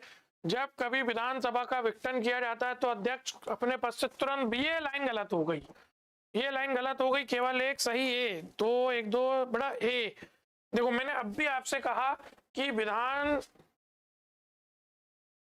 फैक्ट एंड नॉलेज है सर, अच्छा, अच्छा अच्छा, सॉरी सॉरी सॉरी रानी जी, दोनों ही ये बेटा ये दूसरा कथन गलत है। रानी जी ये बात मैंने अभी आपसे कही, ये सही होगा, आपने अपने प्रयास किए, बिल्कुल सही बात है, लेकिन ये जानकारी हमें ध्यान देनी पड़ती है। राजेश जी ने भी माना ये बात, बिल्कुल सही है, जानकारी में ध्यान, यही बात एकदम लागू होती है लोकसभा के अध्यक्ष के लिए भी, और यही बात लागू होती है विधानसभा के अध्यक्ष के लिए भी। मैं वो स्पेलिंग भाई मैं पढ़ नहीं पा रहा था, मेरी इंग्लिश बहुत कमजोर है, तो इनका नाम फैक्ट एंड नॉलेज, बिल्कुल सही। तो आप चाहते तो नॉलेज को प्राथमिकता देते, नॉलेज एंड फैक्ट, आपने फैक्ट को क्यों प्राथमिकता दी? आपके नाम में आप लिख सकते थे नॉलेज एंड फैक्ट, है ना। फैक्ट बहुत छोटी चीज है, नॉलेज बहुत बड़ी चीज है, नॉलेज के अंतर्गत फैक्ट और सब चीजें शामिल हो जाती है। ठीक ठीक है, जो भी नाम है आपका, बहुत अच्छा नाम है, ठीक है। तो जब भी लोकसभा का अध्यक्ष लोकसभा के कार्यकाल तक अध्यक्ष पद पर रहता है, किंतु अब बहुत अच्छे से समझो, आगामी लोकसभा के चुनाव के बाद होने वाली प्रथम बैठक से ठीक पहले होने वाली बैठक तक वो अध्यक्ष का पद पर बना रहता है। ये लाइन लिखी है, ये बात बहुत महत्वपूर्ण है, ठीक है। तो इस बात को हम इस आधार पर ये लाइन बोल देंगे कि ये लाइन क्या है, गलत, क्योंकि ये लाइन गलत है तो केवल एक सही हो जाएगा कि, और ये लोकसभा अध्यक्ष और विधानसभा अध्यक्ष दोनों के लिए लागू हो जाती है, ठीक है, कि आगामी विधानसभा चुनाव के बाद होने वाली प्रथम अधिवेशन के ठीक पहले की बैठक तक अध्यक्ष अपना पद ग्रहण करता है, उसे पंगु सत्र कहा जाता है। उसमें नई और पुरानी लोकसभा या विधानसभा के निर्वाचित या जो भी सदस्य वो आते हैं, तो उसे पंगु सत्र कहा जाता है। जो नई लोकसभा अथवा विधानसभा के चुनाव के प्रथम अधिवेशन या प्रथम बैठक से ठीक पहले की बैठक होती है, उसकी अध्यक्षता भी इनके द्वारा की जाती है, विधानसभा अथवा लोकसभा के अध्यक्ष के द्वारा, ठीक है। तो पहला कथन बेटा सही हो जाएगा और दूसरा कथन क्या हो जाएगा, गलत। अगला क्वेश्चन, भारतीय संविधान के निम्नलिखित में से कौन सा अनुच्छेद राज्यपाल को अध्यादेश जारी करने की शक्ति प्राप्त करता है? यूपी पीसीएस मेंस 2017, बहुत बढ़िया। तो 208, 212, 213, 214, बेटा 208 तो प्रक्रिया के नियम है, जो मुझे थोड़ा सा ध्यान आ रहा है, 208 तो प्रक्रिया के नियम है, ठीक है। 213 है, 214 उच्च न्यायालय है, 208 विधानमंडल की कार्रवाई से संबंधित प्रक्रिया के नियम, 214 उच्च न्यायालय है, 213 बेटा अध्यादेश है। 213 की अगर हम बात करें तो 213 क्या है, अध्यादेश। और यह शानदार है कि यदि विधानमंडल का सत्र ना हो, विधानमंडल का सत्र ना हो और राज्य में कानून की आवश्यकता है, तो राज्य सूची से संबंधित विषय पर अनुच्छेद 213 के तहत राज्यपाल के द्वारा अध्यादेश जारी किया जा सकता है। राज्यपाल के द्वारा अध्यादेश जारी किया जा सकता है, ये बात बहुत बढ़िया है। अब ये बात तो सही है, किंतु अगर हम बोल दें कि अध्यादेश क्या है, तो अध्यादेश कानून है, और जिस प्रकार से कानून प्रभावी होता है, कानून लागू होता है, उसी प्रकार से अध्यादेश लागू हो जाता है कानून के रूप में। 123 रानी जी कह रही हैं, 123 प्रेसिडेंट, बिल्कुल सही रानी जी, ठीक है। तो उसी प्रकार से कानून लागू होता है। किंतु इस अध्यादेश को, ये जो मैं कह रहा हूं बहुत अच्छे से समझ लो, यही बात है सबसे महत्वपूर्ण जो मैं आपको बता रहा हूं, यही बात प्रश्न में आती है और ये बच्चे गलती कर देते हैं। उस अध्यादेश को आगामी सत्र की प्रथम बैठक से 6 सप्ताह के भीतर, 6 सप्ताह के भीतर विधानमंडल, अब विधानमंडल में अगर केवल सभा हो तो सभा, परिषद हो तो दोनों, 6 सप्ताह के भीतर अनुमति लेना अनिवार्य है। ये बात समझ में आ गई? तो किसी अध्यादेश को कितने दिन के भीतर सदन से अनुमति लेना अनिवार्य है? तो किसी अध्यादेश को आगामी सत्र की प्रथम बैठक से 6 सप्ताह के भीतर, बड़ा 6 सप्ताह की कंडीशन याद रखना, ये बहुत शानदार है, 6 सप्ताह की कंडीशन। 143 राष्ट्रपति, बिल्कुल सही, बिल्कुल सही, बिल्कुल सही। ईशा डोंगरे जी भी हैं, सी कह रहे हैं, बिल्कुल सही बात है, सी। तो यहाँ जो बात है बेटा वो थोड़ा सा ध्यान रखना कि किसी अध्यादेश को कितने दिन के भीतर अनुमोदन लेना अनिवार्य है। तो किसी अध्यादेश को आगामी सत्र की 6 सप्ताह के भीतर, है ना, दोनों सदन होंगे तो दोनों सदन, अगर विधानसभा होगी तो केवल विधानसभा। ये बहुत महत्वपूर्ण बात है, क्योंकि 6 सप्ताह की बात समान रूप से संविधान में और कहीं नहीं है। 6 सप्ताह की बात केवल अध्यादेश के लिए। अगर हम बात करें किन्हीं सत्रों के मध्य अधिकतम अंतराल, तो अधिकतम अंतराल 6 माह का होता है, ठीक है ना। राज्यसभा किसी विधेयक को, सराहन विधेयक को कितने दिन तक रोक सकती है? 6 माह। तो दिमाग में बहुत जगह 6 माह भी उल्लेख है, लेकिन अब बात अब अध्यादेश की करते हैं ना, तो वो अध्यादेश को आगामी सत्र की कितने दिन के भीतर पारित होना अनिवार्य है? 6 सप्ताह, 6 वीक, बिल्कुल सही बात है, ठीक है। 6 वीक के अंदर उसे पारित होना जरूरी है, ये दिमाग में रखना, ठीक। 20 क्वेश्चन हो गया, सी उत्तर। नेक्स्ट 21, ठीक है। चलो, किसी राज्य के राज्यपाल के विरुद्ध उसकी पदावधि के दौरान किसी न्यायालय में कोई दंडिक कार्रवाई संस्थित नहीं की जा सकती। आर्टिकल 361 राष्ट्रपति और राज्यपाल की उन्मुक्तियां और विशेष अधिकार।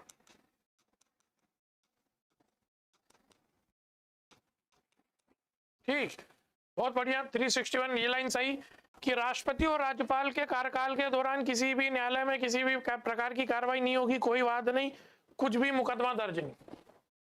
किसी राज्य के राज्यपाल की परिउपलब्धियां और भत्ते और उसकी पदावधि के दौरान वेतन भत्ते कम नहीं किए जाएंगे, बिल्कुल सही। आर्टिकल 158, देखो ये मैं देख के ही समझ गया यूपीएससी का प्रश्न है। मैंने बोला ये एक ही कंडीशन है ही नहीं, अलग अलग कंडीशन है, अलग अलग घटनाओं से संबंधित प्रश्न है, तो हर कोई पूछ ही नहीं सकता। आर्टिकल 158 कि वेतन भत्ते कार्यकाल के दौरान कम नहीं होंगे। हाँ, याद रखना वित्तीय आपात में कम किए जा सकते हैं, वित्तीय आपात को छोड़कर, वित्तीय आपात में कम किए जा सकते हैं, राष्ट्रपति को छोड़कर सबके वेतन भत्ते। तो 1, 2 दोनों सही है, सी दोनों सही है, सही है बेटा, ठीक है।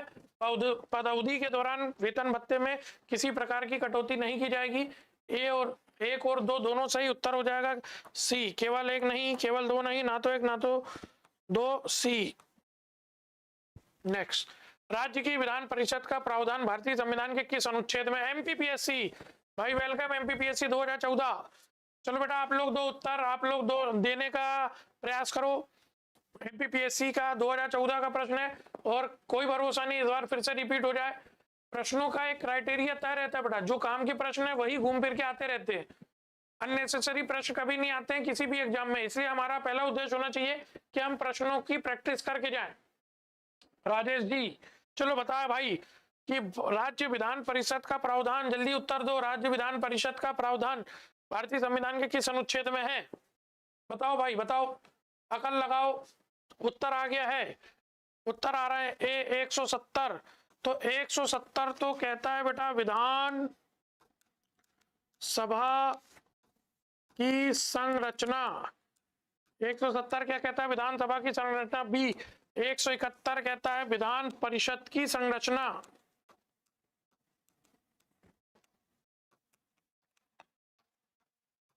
विधान परिषद की संरचना। 172 कहता है बेटा विधान मंडल की अवधि। ये भी बड़ी शानदार है आर्टिकल, विधान मंडल की अवधि। यहां लिखा है कि विधानसभा अपनी प्रथम बैठक से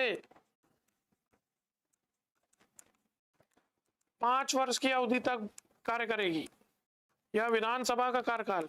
और इसी में लिखा है कि विधान परिषद का विघटन नहीं होगा, 1/3 सदस्य प्रति 2 वर्ष में अवकाश ग्रहण करेंगे। ठीक, तो डी 173 में विधान मंडल की योग्यता, ठीक है, विधान सभा के लिए 25 वर्ष और विधान परिषद के लिए न्यूनतम 30 वर्ष, ना। तो इस प्रश्न का उत्तर हो जाएगा बी। कितने लोगों ने दिया?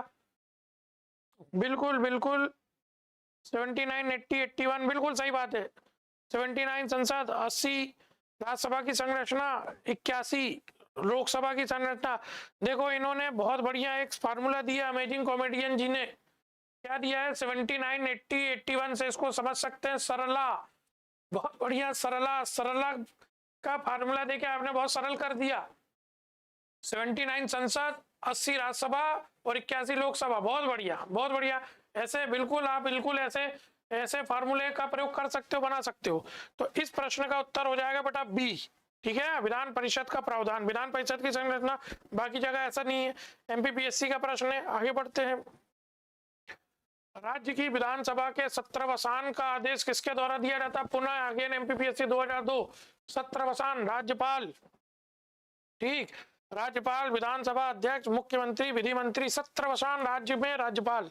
ठीक है, तो आर्टिकल 174, आर्टिकल 174 कहता है विधानमंडल के सत्रवसान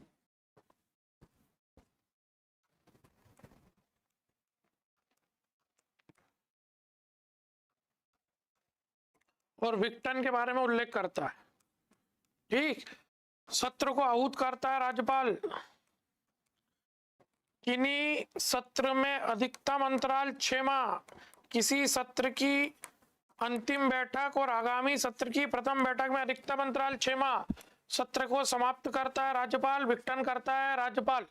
ठीक, तो इसका उत्तर 25A। सभी बच्चों ने उत्तर दिया, रानी जी ने दिया, अमेजिंग कॉमेडियन जी ने भी दिया, बिल्कुल सही।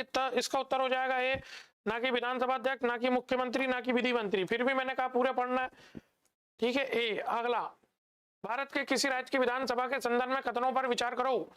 वर्ष के प्रथम सत्र के प्रारंभ में राज्यपाल सदन के सदस्यों के लिए रूढ़िगत संबोधन करता है। चलो बात तो सही है, सही है। जब किसी विशिष्ट विषय पर राज्य विधानमंडल के पास कोई नियम नहीं होता, ये देखो ये यूपीएससी में तुरंत प्रश्न देख के मैंने बोला ये देखो, अब ये थोड़ा सा लेवल बढ़ा दिया इस प्रश्न ने, ये बड़ा कठिन। चलो, जब किसी विशिष्ट विषय पर राज्य विधानमंडल के पास कोई नियम नहीं होता तो उस विषय पर वह लोकसभा के नियम का पालन करता है। देखो, वर्ष के प्रथम सत्र के प्रारंभ में राज्यपाल सदन के सदस्यों के रूढ़िगत संबोधन करता है, इसे हम कहते हैं आर्टिकल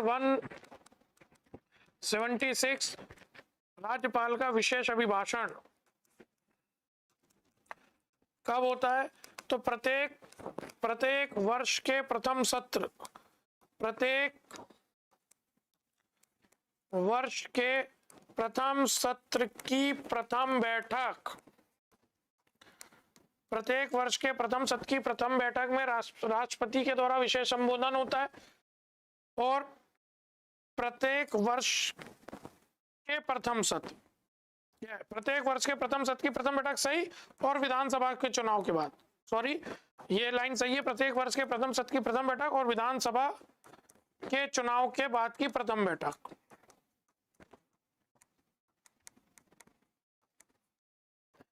की प्रथम बैठक, ये आर्टिकल 176 में विशेष अभिभाषण है। बच्चों ने उत्तर देना शुरू कर दिया है। जब किसी विशिष्ट विषय पर राज्य विधानमंडल के पास कोई नियम नहीं होता, देखो बेटा ये बात समझो, अनुच्छेद 118 बहुत अच्छे से समझो, बहुत अच्छा प्रश्न है। अनुच्छेद 118 कहता है कि प्रक्रिया के नियम, और ये प्रक्रिया के नियम किससे संबंधित है? संसद से। कि संसद के द्वारा अपने सदन को चलाने के लिए अध्यक्ष और सभापति के द्वारा राष्ट्रपति की अनुमति से अपनी प्रक्रिया के नियम बनाए जाएंगे। इसी प्रकार से संयुक्त बैठक के लिए भी राष्ट्रपति नियम बना सकता है। इसी प्रकार से अनुच्छेद 208 है। अब 208 कहता है विधानमंडल की प्रक्रिया के नियम।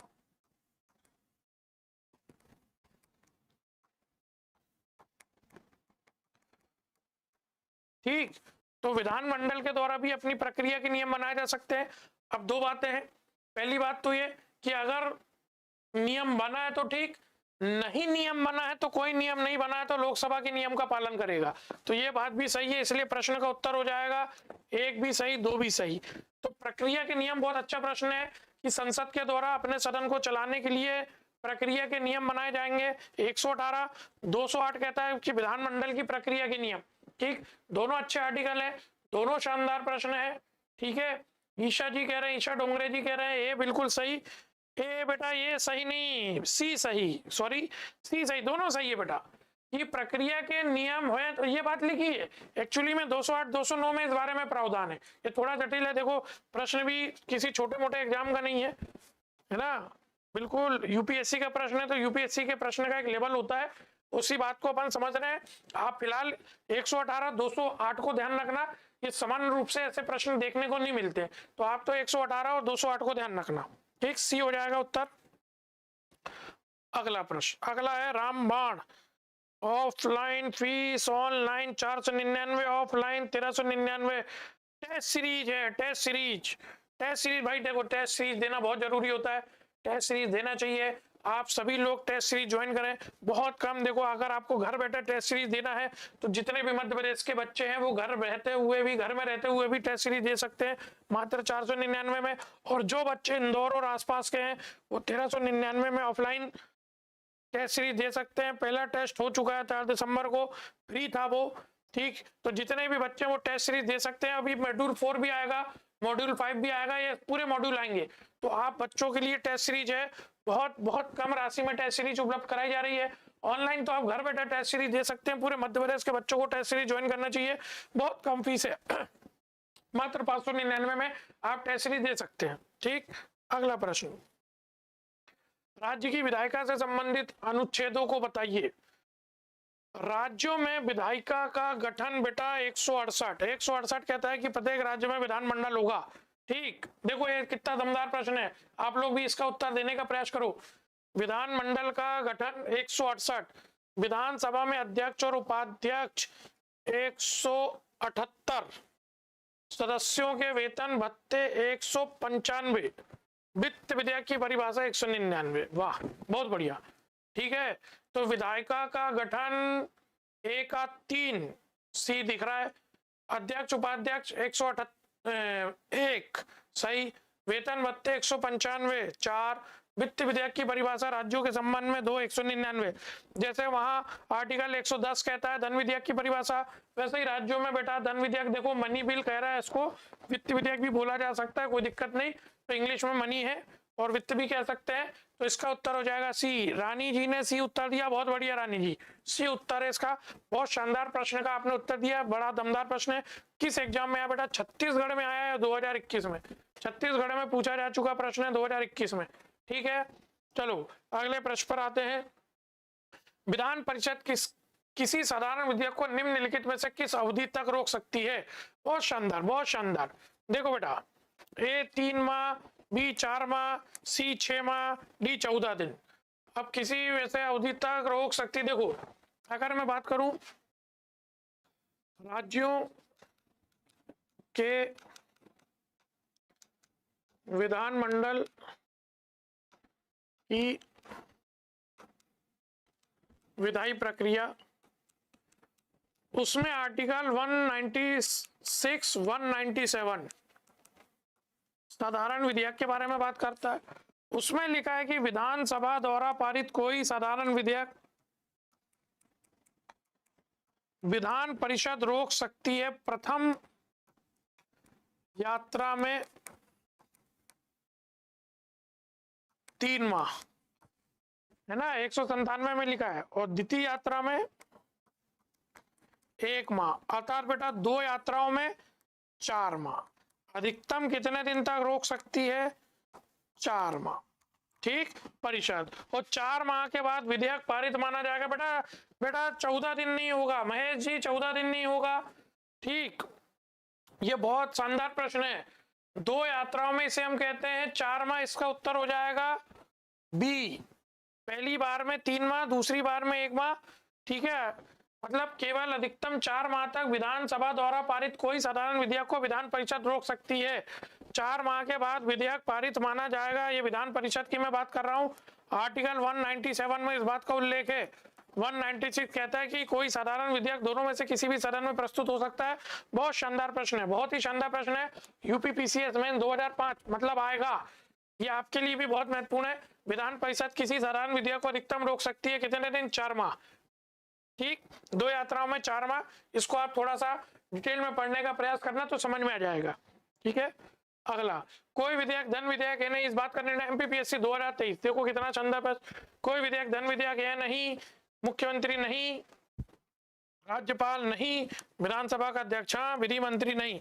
अनुच्छेद देखो इस ये आखिरी प्रश्न है बेटा आज की क्लास का, ये लास्ट क्वेश्चन है। बिल्कुल सही, आप समझ गए, बिल्कुल सही। लास्ट क्वेश्चन है, अनुच्छेद 199 कहता है धन विधेयक की परिभाषा राज्यों के संबंध में।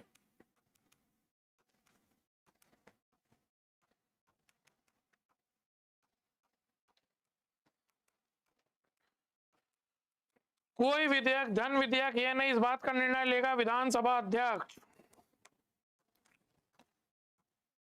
धन विधेयक केवल कहां प्रस्तुत होता है? विधानसभा में। और परिषद अगर होगी तो परिषद धन विधेयक को, विधान परिषद धन विधेयक को अधिकतम कितने दिन रोक सकती है? 14 दिन। तो धन विधेयक राज्यपाल की पूर्व अनुमति से विधानसभा में प्रस्तुत होता है। कोई विधेयक, धन विधेयक, ये नहीं, कैसे प्रमाणित किया जाता है? एक प्रमाण पत्र लगाया जाता है विधानसभा के अध्यक्ष के द्वारा। 199 में धन विधेयक की परिभाषा दी है और धन विधेयक विधानसभा में प्रस्तुत होता है। विधान परिषद धन विधेयक को अधिकतम कितने दिन तक रोक सकती है? 14 दिन। 14 दिन के बाद धन विधेयक पारित माना जाता है। ठीक है, तो मेरे प्यारे बच्चों, आज सुबह 10 बजे से ये मैराथन, महामैराथन चालू हुई। आगामी दिनों में भी इस प्रकार की महामैराथन को किया जाएगा। लगातार ऐसी महामैराथन आपके लिए लाई जाएगी। आप इसी प्रकार से अपना प्रेम बना के रखें। एमपीपीएससी प्री स्टडी कर रहा हूं, क्या निकल जाऊंगा? बिल्कुल निकल जाएंगे बेटा। बहुत अच्छा एग्जाम है, बहुत पारदर्शी एग्जाम है और आप बिल्कुल मेहनत करें। बस मेहनत करने के लिए कुछ चीजें जरूरी है, अपना रिवीजन करते रहें, टेस्ट जरूर दें बेटा। प्री आने से लगभग 2-3 महीने पहले से हमें टेस्ट देते रहना चाहिए ताकि हमारी जो पढ़ाई है उसे एक दिशा मिले और एक गति भी मिले। हम टेस्ट नहीं देते हैं बेटा तो हम नहीं समझ सकते कि किस प्रकार के प्रश्न आते हैं, किस प्रकार से हमें प्रश्नों को सॉल्व करना है, और कोई गलती होने की संभावना होती है तो वो पहले ही हो जाती है। तो हम परीक्षा के दिन की गलती का इंतजार न करें, परीक्षा को बहुत गंभीरता से लें, पढ़ाई करें, रिवीजन करें, एमपी पे ज्यादा फोकस करें। एमपी के प्रश्नों की संख्या लगभग 40 होती है और प्रीवियस ईयर के प्रश्नों को जरूर सॉल्व करें। अब कई बार बच्चे केवल एमपीपीएससी के क्वेश्चन देखते हैं, नहीं, आपको उत्तर प्रदेश देखना है, बिहार देखना है, झारखंड देखना है, छत्तीसगढ़ देखना है, राजस्थान भी देखना है, मतलब इनके भी आपको सब्जेक्ट के क्वेश्चन देखने हैं और एमपी के जीके को बहुत अच्छे से पढ़ना है, स्पेशल तरीके से पढ़ना है। अभी एमपीपीएससी जो फॉलो कर रही है ट्रेंड, वो अपने एकदम सिलेबस के अकॉर्डिंग पूछ रही है, तो जो भी सिलेबस में उसको पढ़ना है, जो सिलेबस में उसे नहीं पढ़ना है। ये